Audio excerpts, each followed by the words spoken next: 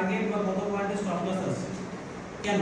কারণ আমি যদি অটোমেশনে বসি তাহলে অটোমেশনে বসলে আমাকে তো risk to reward ratio maintain করতে হবে। এবার risk to reward ratio maintain করার মেইন কারণটা কি?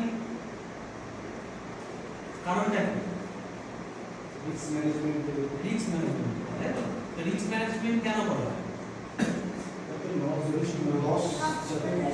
লস যাতে কম করা যায় আর যাতে একটা সুইটেবল প্রফিট আর রেশিও ধরে রাখতে হবে।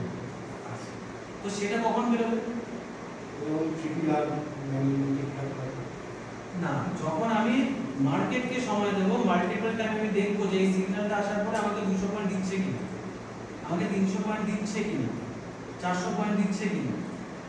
কারণ এমনটা তো হতেই পারে যে এখানে একটা সিগন্যাল আমাকে দিয়েছে আর আমি এখানে জাস্ট দেখছি যে একটা সিগন্যাল আসার পরে আমাকে 700 পয়েন্ট দিয়ে দিয়েছে, কিন্তু পরেরটা থেকে আমাকে 700 পয়েন্ট দিয়েছে জানি। বাইনে আমাকে এখানে একটা সিগন্যাল দিয়েছে, এই সিগন্যাল আসার পরে কত পয়েন্ট দিয়েছে? 90 পয়েন্ট দিয়েছে। এখানে আমাকে কত পয়েন্ট দিয়েছে?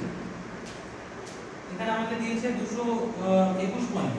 তো আমি যদি এখন স্বপ্ন দেখি যে ভাই আমি ধরলেই 700 পয়েন্ট চলে আসবে, সেটা কি বেনিফিটেড? আমাকে দেখতে হবে যে অন্তত 100টা ট্রেডে এভারেজ কত পয়েন্ট আছে, তাহলে সেই পয়েন্টটা নিয়ে কাজ করব। সেই পয়েন্টটা নিয়ে আমি কাজ করব।